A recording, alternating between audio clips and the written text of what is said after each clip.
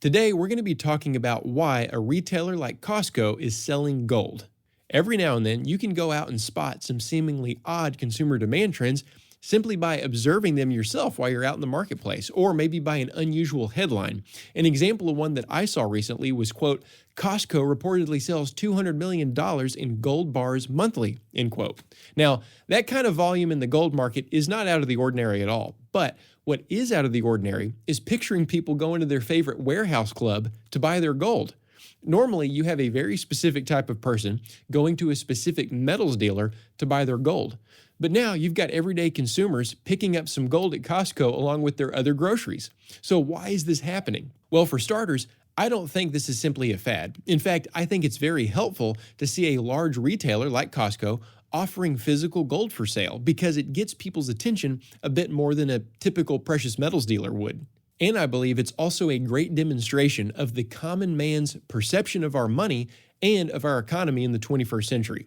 You see, gold and silver are both terrific barometers for gauging public confidence in their government and in their government's monetary system, especially over the last 50 years after the concept of fiat money was solidified as the new benchmark monetary system for the whole world. Citizens have to constantly be on watch for iffy economic climates that could bring unwanted volatility with it.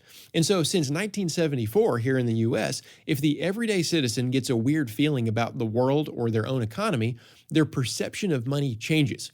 And when they do that, they tap into this innate desire to exchange their paper currency for hard money. For example, gold. Interestingly, there's a significant parallel between gold and cryptocurrencies that's not often talked about despite the constant conflation of these two markets. Now, I do not like putting them on the same plane as so many people like to do. I do not believe that crypto is an ideal alternative to the dollar, but that's for another day. However, a parallel that I do see and that I do believe is worth talking about and is applicable in this context is the fact that both crypto and physical gold satiate a desire in people to have ownership of something that no one else can mess with.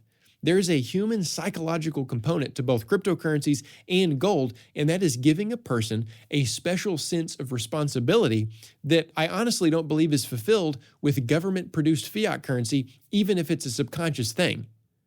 Let's use Bitcoin as a quick example. With Bitcoin, you have the ability to own something very valuable. And I'm not even talking about the coin itself. I'm talking about a property right that's unique to you. You own the keys to your Bitcoin, and no one else does. It's ownership to the extreme degree. Now, let's go back to gold for a second. What I just described using Bitcoin as the example has been true for all of human history in the form of physical gold. When you have possession of it, you have an inherent property right that transcends the revaluations or the devaluations of fiat currency by a counterparty, like the government. Gold is something that can't be arbitrarily inflated, and therefore it holds its purchasing power with a closed fist that cannot be pried open. So, back to our question, why is Costco selling $200 million worth of gold every month? Well, I believe it's a sign that the price perception of the common man and woman has been skewed for so long, and that times have been uncertain for so long, that we're witnessing a large-scale demand shift into physical gold, and for good reason.